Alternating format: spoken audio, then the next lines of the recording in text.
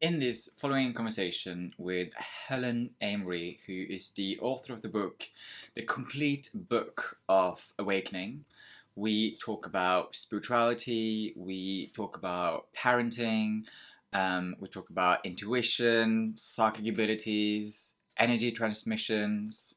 But at the core of the conversation, we talk about how to bring forward the essential spiritual self. I really enjoyed this conversation and I hope that you do too. If you like this conversation, feel free to hit that subscribe button and also leave comments in the section below.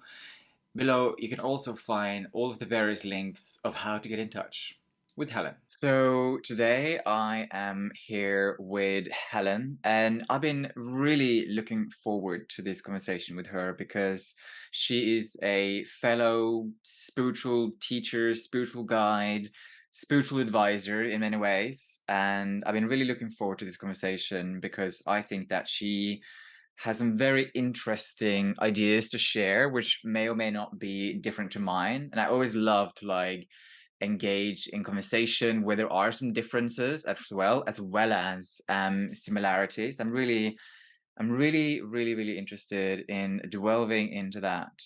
So Helen, for those of you who are listening to the podcast and don't know who you are, why don't you start with introducing yourself? Cool. Thanks, Tor. Thanks for having me on. So yes, Helen Amery, and I've been in this spiritual stuff for about 4 years now, 4 or 5 years. It was a complete surprise to me, because I'd spent most of my life thinking I'm an inverted commas normal person, Whatever that means, right? whatever that means. That was the idea I had in my head, that I was a normal person, which therefore meant spiritual had nothing to do with me. I'd kind of rejected all of that kind of stuff when I was a lot younger. Um, I'd gone through normal corporate job. I'd done the normal thing of getting married and having children, um, and left corporate, which actually becomes increasingly normal, doesn't it, to leave corporate and become self-employed? um, so I left corporate life in 2014. Set up my business Wildfig, and that was at the time very much based in psychology-based coaching, and particularly for leaders and businesses. Then around 2017, I started to be woken up. I started to be invited to look deeper than the psychological, and in fact, Buddhism was one of my first doorways, not deeply into the understanding, but there was one book in particular that really opened the door for me, as well as some meditation practice. And that was, yeah, it was kind of, that was it then. It was like a done deal. This was the direction to go in. And then I'm sure you know, Tor, and anybody else who's listening who's any kind of coach or helper or, kind of helping professional, when we discover something that really makes a difference in our life, we can't help but share it, can we? It's like, Mm. oh, I want people I work with to know about this. So it didn't take very long before my work switched into this kind of exploration instead of the psychological. Because yeah, it transformed my life. So why would I not want others to know about that? So that's what I've been doing then for the last the last 5 years, deepening and deepening and deepening into knowing our essential spiritual nature and Mm. seeing the beauty of that. Mm. Many people who come to this kind of quote unquote later in life, they have a bit of like a moment of crisis. That's Mm. kind of usually, at least in my experience, what makes them look in a different direction. Did you have a crisis, or was it more of like an unfolding? It was a crisis, although in hindsight I kind of go, it was a bit of a rubbish crisis. Like, it wasn't a big fancy one. It's not one that people are probably gonna have me on stage telling like Eckhart Tolle. Um, so mine was very much about seeing how my relationships weren't in alignment with what I talked to these leaders in business around. So I was talking to these leaders about emotional intelligence and, being open and curious and calm and really, yeah, working together with your team as equals and all this kind of thing, and not micromanaging. And then looking around at my life going, well, I'm completely stressed and frustrated with my kids most of the time. I'd had a business relationship that fell apart because I was micromanaging and being really irritated in that relationship. And I had a friendship that fell apart because I blurted something out after a couple of glasses of wine in a group that she didn't want other people to hear. It was her, her information. And that was the end of that friendship. So actually, yeah, 2017 was that turning point because I was looking at all these different relationships going, well, this is rubbish. It took me back to some real childhood stuff around I'm not a good friend, I'm not a good person. It had me look at how I was with my kids going, well, how can I be so great with my clients and such a cow with my children? Like Mm, that doesn't feel right. That's not aligned. That's not authentic. That's not integrated.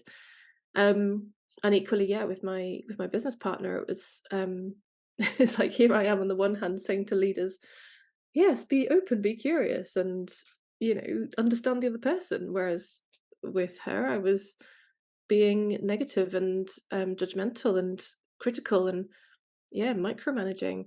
So all of that was really that wake up call to say, well, so what's going on?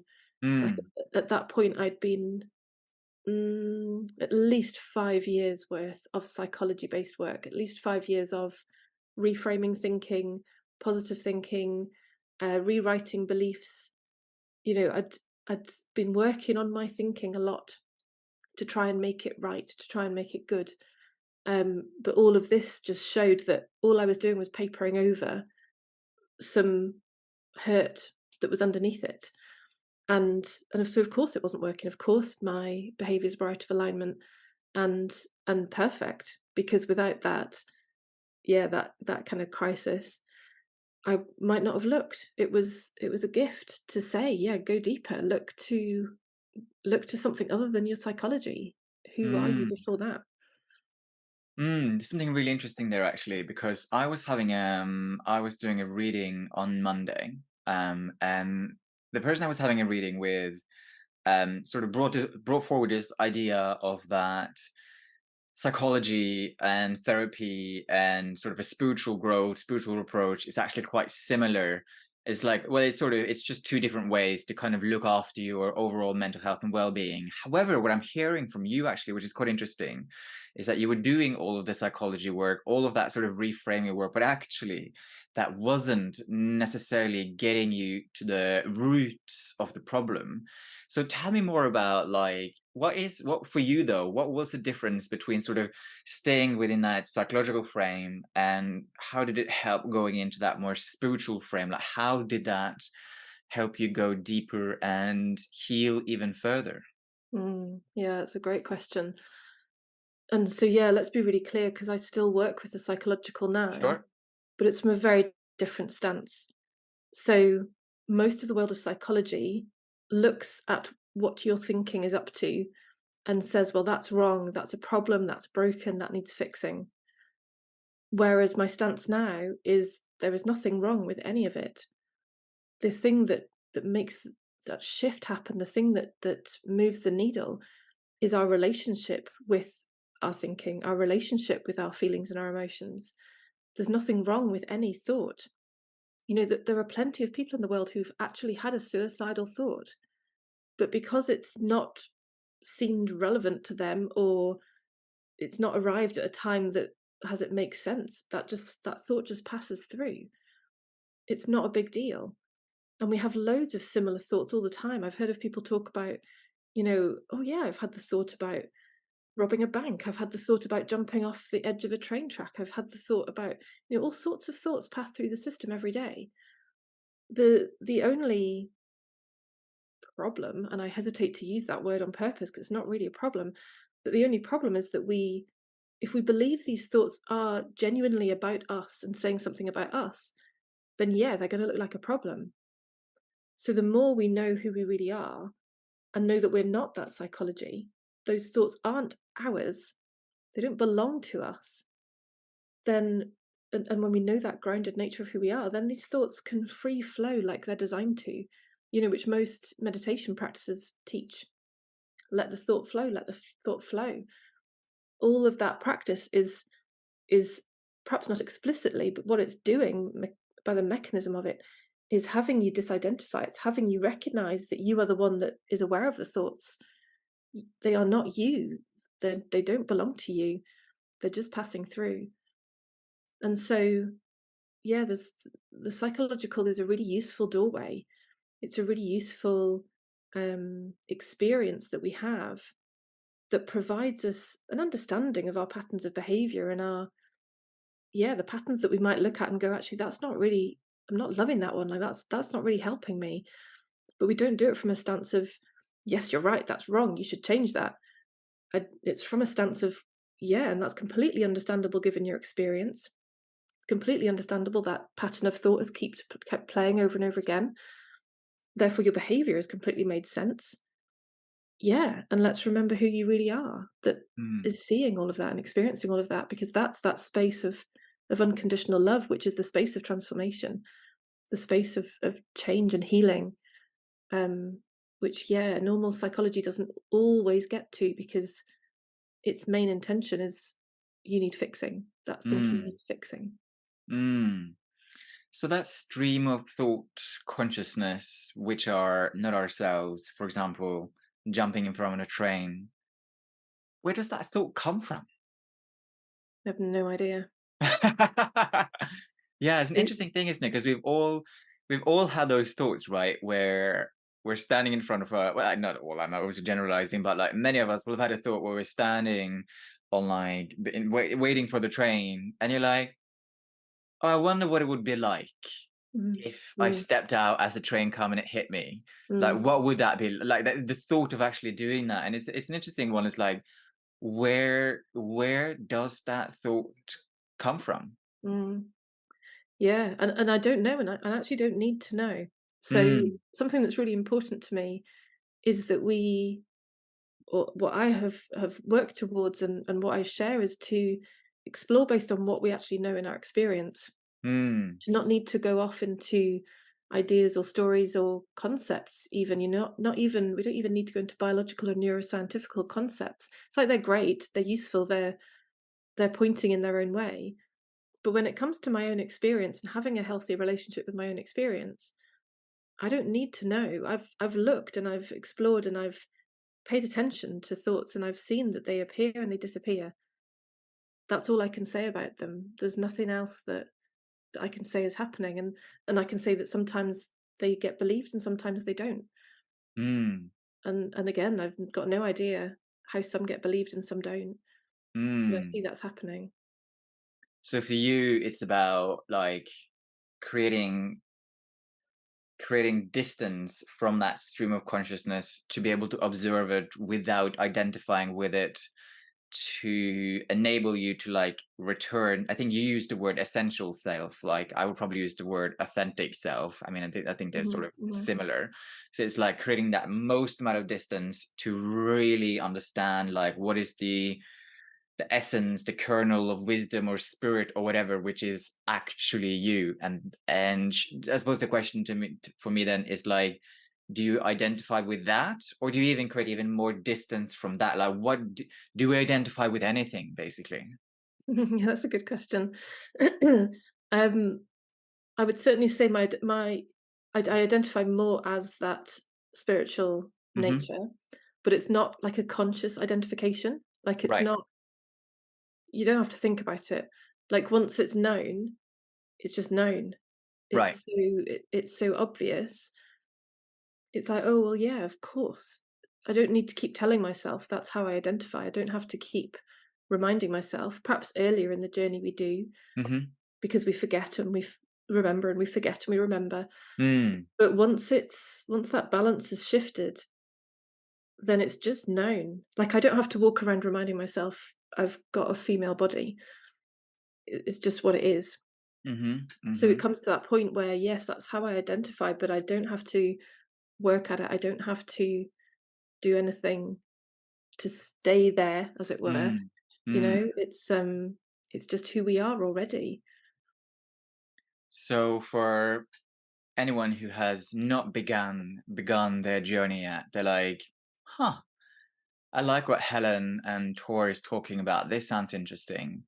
how does one go about beginning to create that distance from all of these thoughts and feelings that people are like identifying with? How do you start creating that distance? No, that's a $1 million question.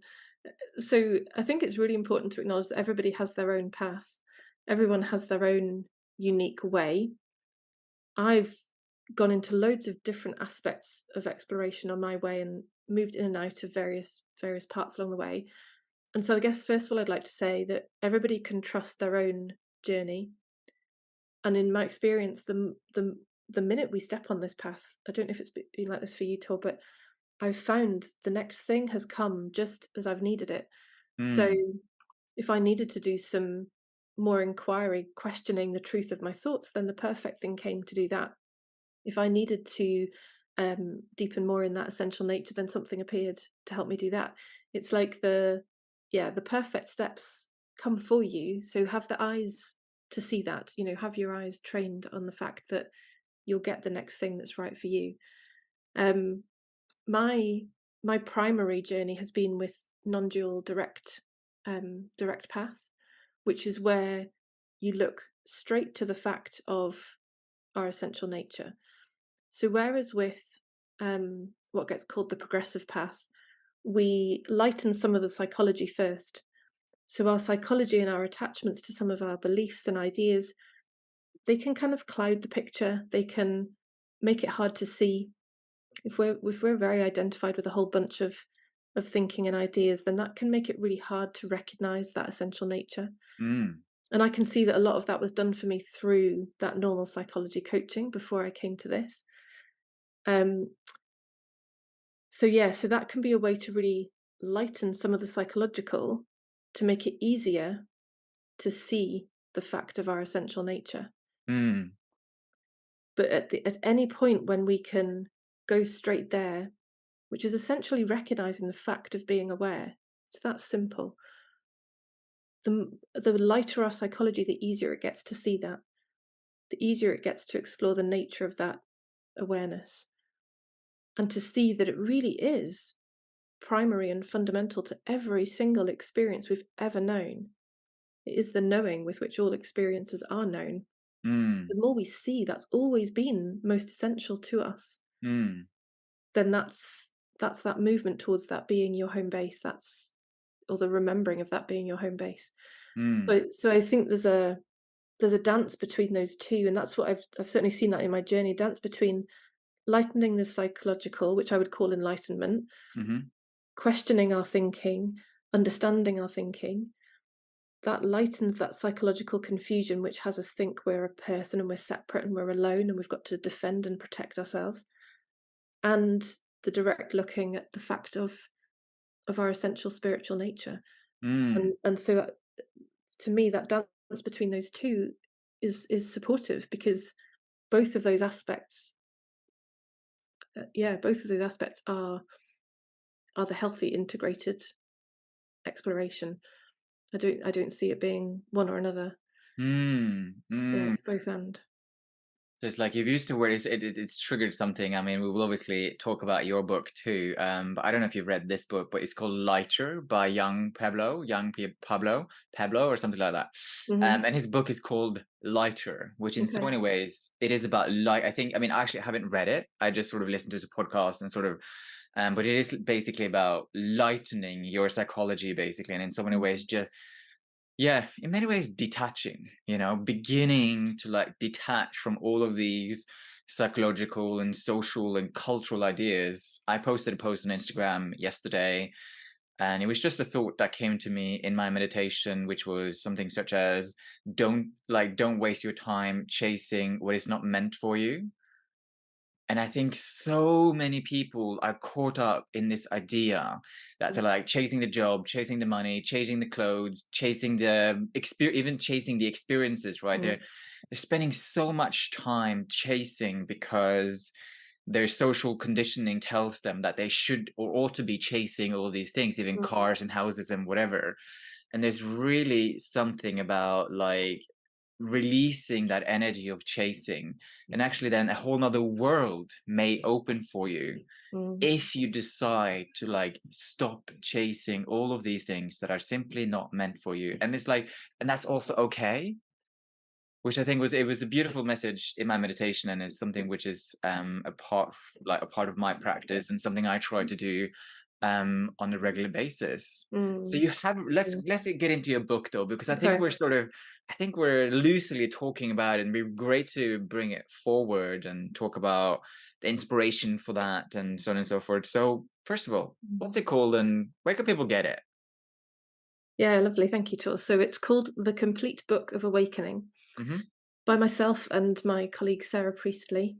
And it's available on Amazon worldwide. So wherever anybody is, yeah, jump on your Amazon. So The Complete Book of Awakening, and it comes with a journal as well. So if people like to journal, and it's all laid out in parallel with the book, so you get lovely little summaries, and you get space to respond to some of the questions and capture your own thoughts. So yeah, both of those are available on Amazon. Um, and yeah, I mean, gosh, you're talking about there, not chasing things, and that book was a perfect example. I'd always felt like I was going to write a book. I'd started about 4 times and they'd never come to anything. And then this one was a perfect example of that book arrived in my consciousness. Again, like, from where? I don't know. It appeared from life. And yeah, when the idea came through, it was like, oh yes, that's a good book to write. I'm excited about that one. And it really came from part of the inspiration came from a teacher who I'd worked with, who'd at one point asked me, "What do you know for yourself, Helen?" And I realized how much I had been exploring, and certainly I'd had shifts. I definitely had shifts in my experience, but I couldn't really articulate it in my way other than borrowing other teachers' words or using other people's concepts. And so that question really was the heart of the whole of our book, bringing an exploration to everybody and anybody who's interested, with the sole purpose of empowering them to know for themselves who they really are, without needing to rely on a teacher, a guru, a book, a course, and anything. Because that's really what we felt for ourselves, and we're seeing with people who've picked the book up as well.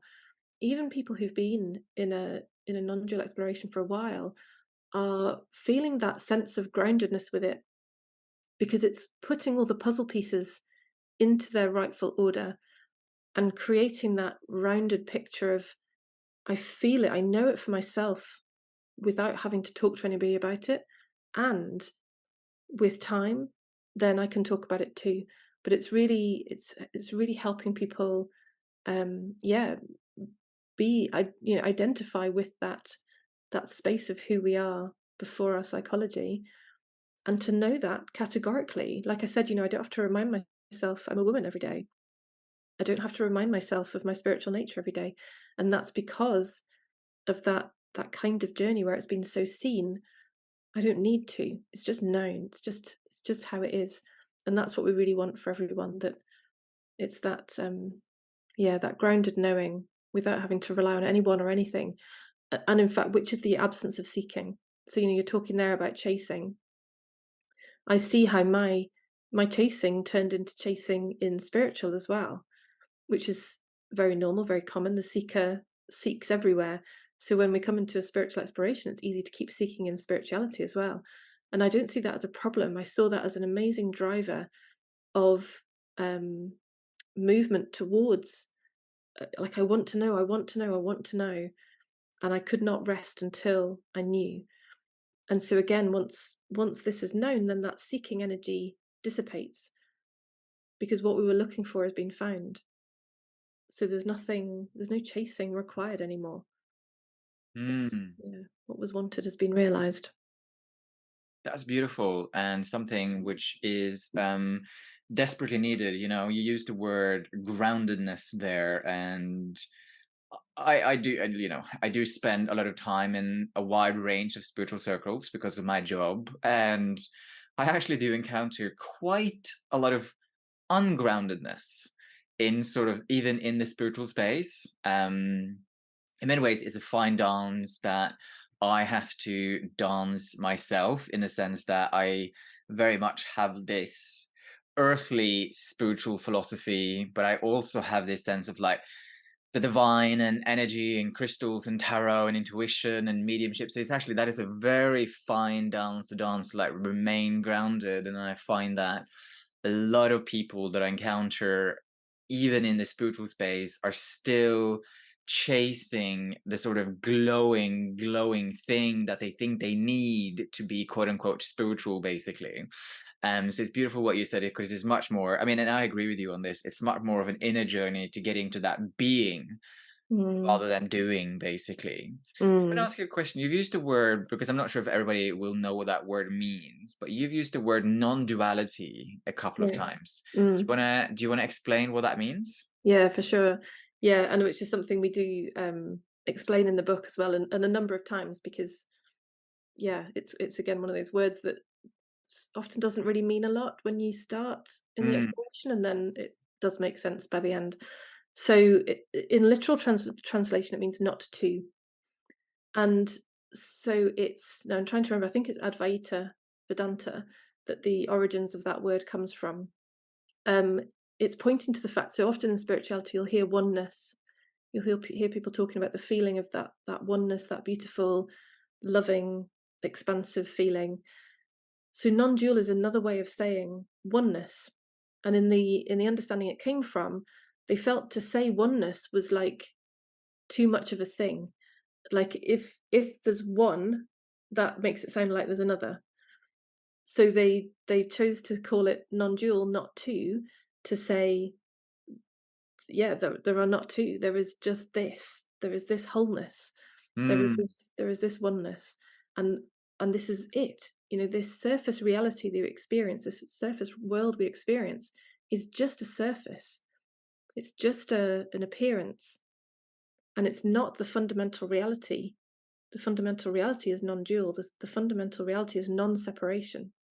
So although it looks like there's a separate you and a separate me, and yes, in this relative world, there's a body here and a body there, but the nature of our bodies, of our computers, of the grass, of the sun, is the same non-separateness, the same non-dual space of awareness.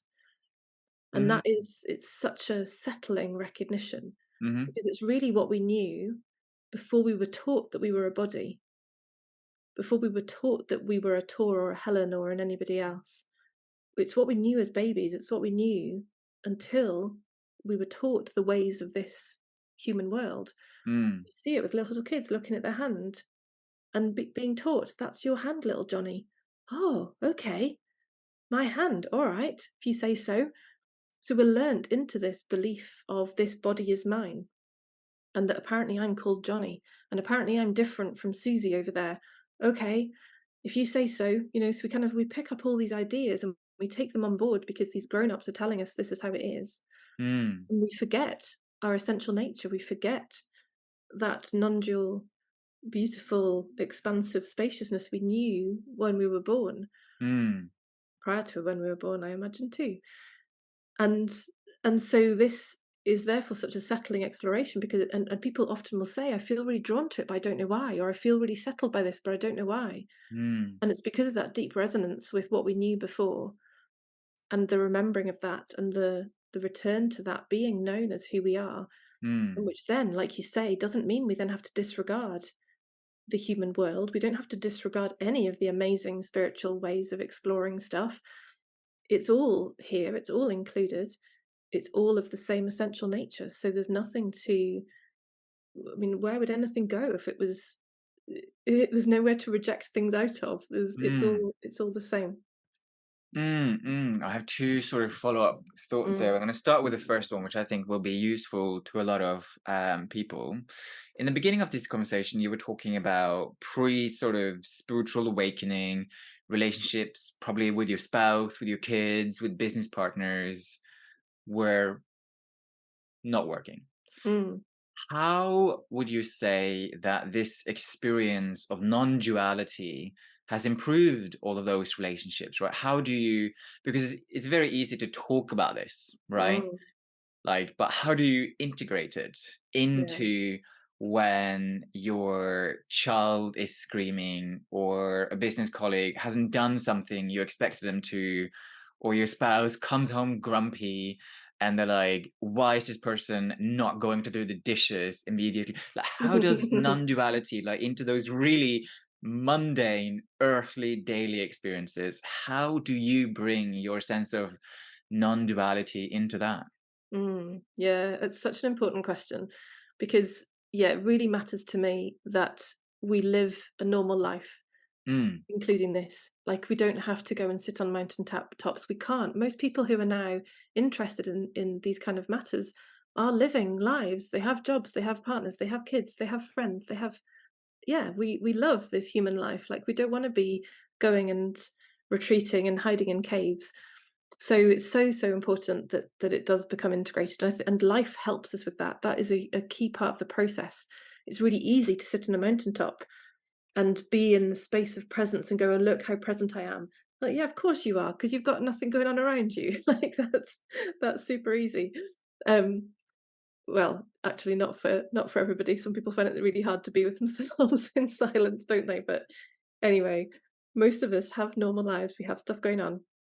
Um, so so to me, again, this brings in both that essential nature aspect and the psychological, because what I've found is that with knowing our non-dual nature, the shift into being understanding and loving and curious rather than judgmental and critical and assuming the worst has been huge. When you understand that everybody is doing their best based on whatever psychology, whatever thoughts are looking real to them in that moment, your capacity for understanding is massively increased.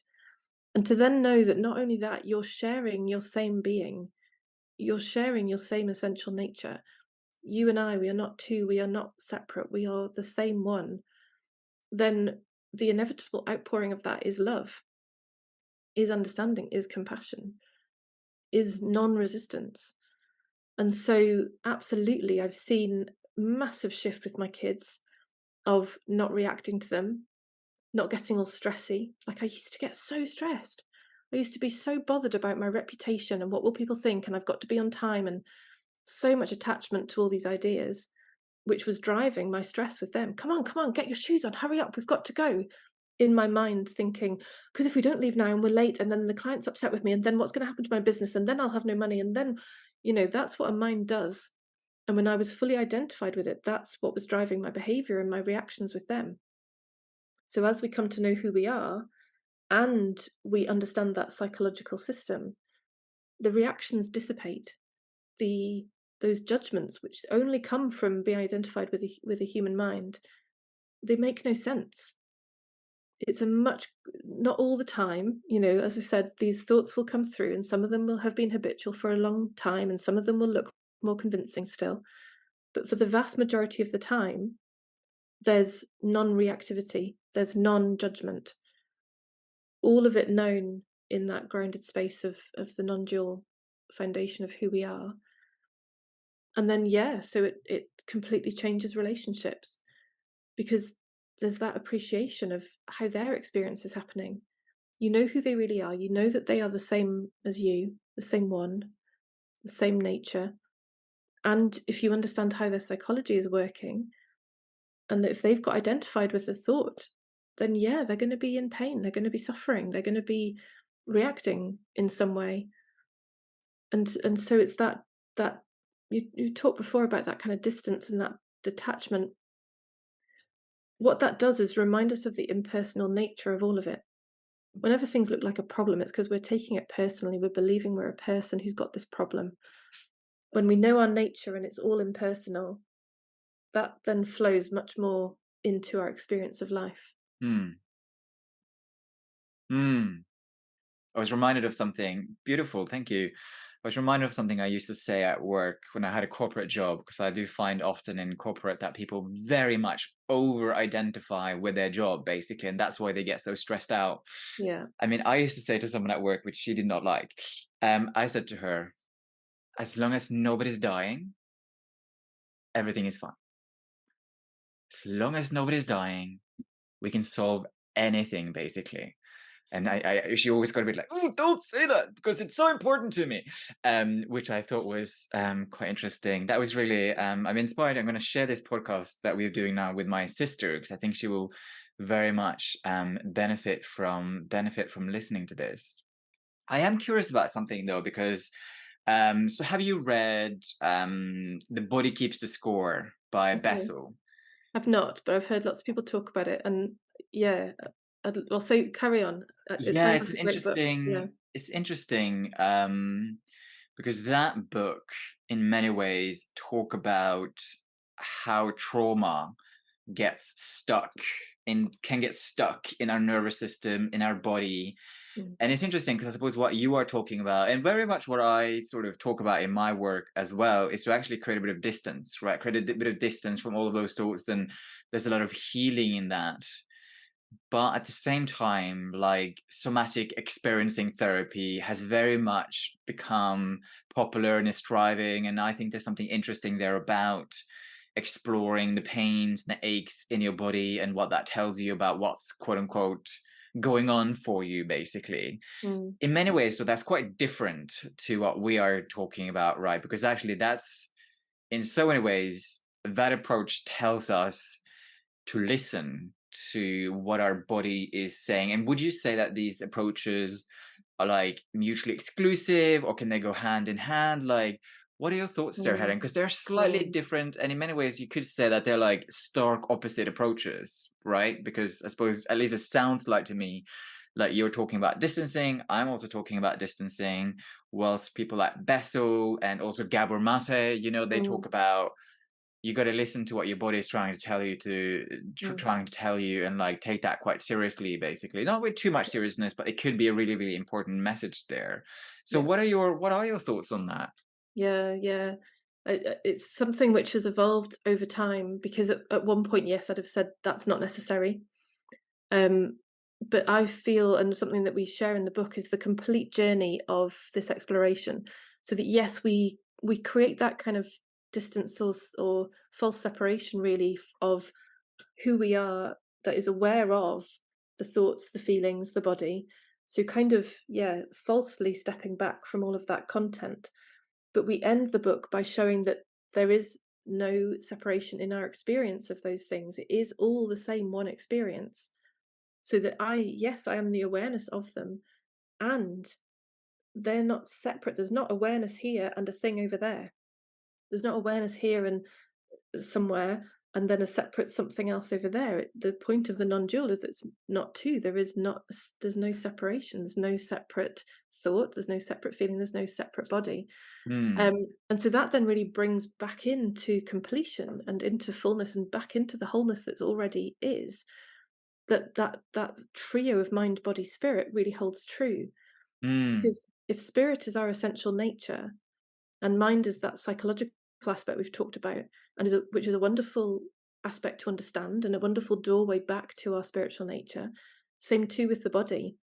If it's telling us, if it's giving us a message, same as our psychology, when we believe a thought to be true and saying something about who I am, I will suffer. Great, because it gets me to wake up to who I am again and to understand why that thought's trying to get my attention, to give it the attention it's wanting to be given. And so for me, the body is the same. If the body is suffering in some way, yes, it could just be a medical situation, but I see more and more how no, these pains, these aches, whatever it is we've got going on, they are inviting us through the body to listen. It's another alarm mechanism of the system going, hey, hey, hey, pay attention over here. There's something I Hmm. want to tell you. And again, it's a doorway back to our spirit, because everything Hmm. is, because it all is. But also, yeah, we listen to what that that body wants to tell us. And so some of my work does now involve going into the physical sensations and inviting people to sit with the feeling of whatever it is which we've labeled pain. Well, let's drop beneath that label pain and let's just be with whatever that sensation is that you're actually feeling that's been called pain. And when we do that, we find that there's not a solid block like it appears to be on the surface. We find movement, and we find sometimes color and texture, and we notice how it changes just simply through our observation. And then sometimes there'll be something it wants to say to us. We can start a conversation with it and invite it to share what it's here to say. And often it will bring up childhood hurts or past experiences that it's just been wanting that attention. And Mm. so same with our when we do that with our psychology, we do the same with our body. That is the settling of it. That is um the soothing, the healing, not because we're trying to, not because we're sitting there saying this is wrong and it must go, it has to change. The complete opposite, where I started this conversation saying it's because we're sitting as unconditional love of who we really are, being that pure witnessing presence of this, whatever this is, that is its transformation, that is its release, that is its dissipation or its transmutation or whatever happens with it. I don't really know, but I just know that it settles the system. It does what's wanted. It's being with it just as it is, which is what Mm. everything really wants. You said something right after I had thought it, which was it's the body can be the doorway back to your spirit, basically, which is the same with the mind. The mind can be the doorway back to the spirit, which leads us there. Yeah, Which I think yeah, is really, yeah, no, exactly. There's no, again, like the mind body spirit connection, and like figuring that out. How do you, because I suppose you do. I suppose I should ask you this question first. Do you have a sense of like intuition, like your intuition and where that intuition is guiding you? Do you have a sense of that? yeah. Increasingly, so since my full recognition of that essential nature, I've become a channel. I do psychic readings for people. I do energy transmissions, all again stuff that I would never have thought Helen would ever do. Helen's not that kind of person, but apparently she is. So Mm, yeah, so all that has kind of opened up since a whole bunch of identification of who Helen should be fell away. mm. Yeah, I yeah, suppose my question to you then, how do you, I mean, I know how I sort of do it, but how do you separate between this sort of random stream of consciousness of jumping in front of a train and a psychic message, like, or an intuitive yeah, message? Like, what is your yeah, practice of being able to discern the difference? yeah. In some ways, I don't feel I really know, other than perhaps to say the feeling of it. Like there's a there's just like a knowing, a feeling, Mm, a clarity, a quietness perhaps with it, often a simplicity actually as well. Um, I mean, when I'm tuning in for somebody else, that's quite obvious because I'm purposefully sitting and dropping into a meditative state and purposefully inviting them into that space and purposefully asking some questions in relation to whatever it is they're curious about. So it's more obvious there mm, because it's like that's we kind of created that container on purpose. But yeah, for my own, I think it is that quiet knowing. There's a quiet simplicity to the messages often. mm. Yeah, What's no. it like for you? Yeah, I mean, I think you've drawn through something there, which I think is true. It's like the texture of the message or the texture of the feeling, and perhaps also the grandiosity of the feeling sometimes. Like sometimes you know, I'm like, that's my mind. Right. I Yeah, yeah, mean, you know, yeah. I've sat in a psychic circle for like 10 years, right? Where we do readings every week, basically. And a part of the reason what I think is important to sit in a psychic circle is because, first of all, there's no stakes, right? when you are giving someone a reading and they're paying you to do so, the stakes are higher, basically. Whilst when you're in a psychic circle, there's no stakes. You're experimenting, you're practicing, you're trying, and I suppose, and what you also get is like immediate response, because you're either wrong or you're right, right? So when you're in a group, they will tell you that's wrong, that's right, and then over time, as you do it again and again and again and again, you can feel within you like what that psychic message or intuitive feeling Right. over time feels like, right? So I think that's what's been really helpful for me. And obviously now I sort of, it's my day-to-day job. So it's Yeah. sort of, Yeah. I also actually, interestingly enough, now as I do readings, I actually take off my glasses when I do readings. And that also drops me into sort of like a light trance state, I guess. And also when I am in readings now, I just start talking and I trust that whatever I'm saying in that moment, that is what they are supposed to hear, and that's what they're supposed to be receiving at this moment in time, and just go with that flow, basically. Um, but yeah, especially when it comes to like my own intuition about my own life, it's harder actually to discern, because obviously our own biases, our own identifications, desires, wants, needs, all of those things come into the picture. So I'm very careful, actually, very, very careful with my own life. And I have a spiritual teacher that I work with, and I sort of sense like temperature check everything with her. But yeah, so that's how it works that's how it works for me.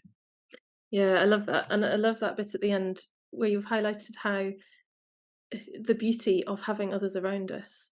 Mm, Through all of this, we're all here as mirrors and pointers and doorways and whatever it is we need in the moment. It's because yeah, we can't do it all for ourselves, irrespective of how long we might have been in this. mm, Sometimes it's just really nice, even if it's just kind of that sense of I've noticed it when I've gone to others for intuitive reading or a tuning of some kind, and it's like that being taken care of. Somebody's looking after you in that moment, mm-hmm, and they're doing it for you. They're going to bring this message through for you. Of course, as you know, with your work, it's all about having the relationship with the people that you trust and mm-hmm, the people who you feel are going to be clean and clear in what they share with you, so that yeah, absolutely, it's not entangled.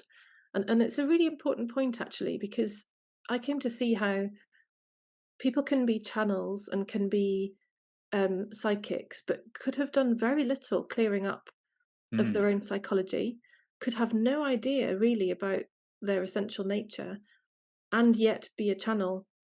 And I think it's an important thing as a purchaser of these kind of services, that you also have that intuition for yourself to see who feels right from that perspective. Who does feel like they're going to be there in service of you and offer clean and clear messages that aren't tainted by their own beliefs and ideas and um, yeah, kind of mm. biases. Yeah, it's an interesting.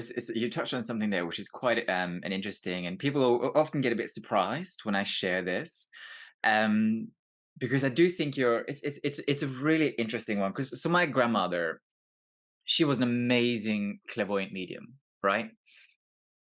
She just had it. She didn't do any work. Like, I mean, she's obviously done some work on herself, but she was actually quite a rowdy, assertive woman, right? Drank lots of alcohol, like was a bit plump, but her prophetic messages were so accurate, Uh, right? She had yeah, done zero work, I would yeah. say. Didn't really meditate. Like she was like, I don't need this. Like she was slightly overconfident. Because it's interesting. It's sort of in spiritual circles today. It's a lot about like purity and eating well and looking after yourself, and I'm really into that. Like, don't get me wrong, like I eat really well and sleep really well and like look after myself a lot, and I see that in a lot of people in my circles as well. And people get so surprised when I tell them about my grandmother, because she did none of that stuff, and she's like one of the best clairvoyant mediums I've ever met. So Mm, it's such a, because that in so many ways, like a psychic clairvoyant mediumistic message sidesteps all physical earthly restrictions, right? which I'm not sure if everybody's like aware of. I do think it's important to do work on yourself, but yeah, like a true psychic clairvoyant medium message, mm, it will mm, sidestep mm. any physical restrictions. If that Yeah, message is supposed to come through, it'll come through basically, which I think is such a fascinating thing. yeah, yeah. It's a really great point. Yeah, But I think even with that, then that clean and clear still holds true. I So, agree. so I think if I met your grandma, it's like, yeah, so she might not have done psychological work, and she might not have looked after her body. Fair enough, but you can feel it. You can Mm, feel it in the one who's giving the message. You can feel yeah, the truth of it or not. mm, mm, And mm, yeah, so I always really invite people to be very connected into themselves for that. mm, To as with all of this, as with anything in life, mm, you know, it's the same as if we're going to a different shop or changing provider for something. You know, we get that feeling for ourselves of, is this aligned? Is this not? Does this feel right for me? Does this not? mm, Um, mm. Yeah, and I mean, I often said to my grandmother, I think her work could reach even further if she had done a bit of that sort of psychological health work, basically. I think her work could have gone much further, but she had no interest in that. Obviously, that was not meant to be her this time around. yeah, yeah, But yeah, I do think that her work and her abilities and skills could have reached even further mhm, if she had done a bit of that work. I would love to, because I think it's such a really important thing to touch on before we like begin closing.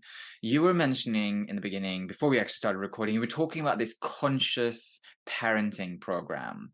And I mean, in this day and age with social media and where the world is heading in all kinds of different directions, like conscious parenting sounds like a really, really good idea. Tell us about what that is all about. yeah. Thank you. I was super excited about it. So, yeah, it's an idea that came actually prompted this time by some people in my community who were saying, "Hey, do you think you might run something about parenting?" And I'd never considered it before, but now that it's here, it's like, why have I never considered this before?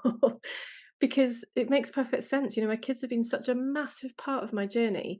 Mm, And yeah, absolutely that transformation from how it was before in our relationship to how it is now. Um, so yeah, it does make complete sense that it would be something I would share with people about. And yes, huge need for it. What I'm finding is that, as you kind of said before we started recording as well, about how so many people are very busy and normal mm, life and normal jobs, what I'm noticing is that in my sphere, and I don't know if this is representative of the world, but it seems like there are fewer people who are parents who are in some kind of spiritual exploration. It's like mm, they're all so damn busy just getting the day to day done that there's not that many who have their head above the parapet going, is there a better way? So it's massive for me that if even just some people who are parents are starting to look in this direction and starting to explore, it's huge, because we all know that any shift has to start somewhere and has to start with, you know, those early adopters. So the purpose of the program really is to help these parents do everything we've been talking about in this program, in this conversation, to deepen the knowing of who they really are, to love and understand their psychological experience. Perhaps we'll also be doing some physical body understanding in that process as well. And it's going to be a fairly small community, so it's going to be maximum 15 people and across generation. So we're not saying, oh, this is just for people who have kids of whatever age. We want it to be that kind of tribal campfire experience of people with little kids all the way up to, we've got grandparents who are interested, who obviously have their adult kids and grandkids now. And we really love that, because it then gives that cross generational wisdom in all directions. You know, the one who's perhaps lived it and seen it can be offering wisdom and advice to those who are earlier in the journey, but equally those earlier in the journey can be like, well, your child's only 5 years younger than I am, and I really remember being like that 5 years ago. You know, it's that kind of remembering the completeness of this human mm, journey. Um, and yeah, so it's myself and a colleague called Pip Bray who are running it. And I'm talking about all this kind of stuff that we've been talking about today. Pip's bringing family constellations to it, which I don't know if have you done family constellations? It's part of Gestalt. Is it part of Gestalt therapy, if I remember correctly? Yeah, connected to Yeah, that. Yeah, yeah, yeah. yeah. Yes, it's I amazing. haven't done it, but I'm aware of it. Yeah. Yeah, it's amazing. If you get an opportunity, I would highly recommend it.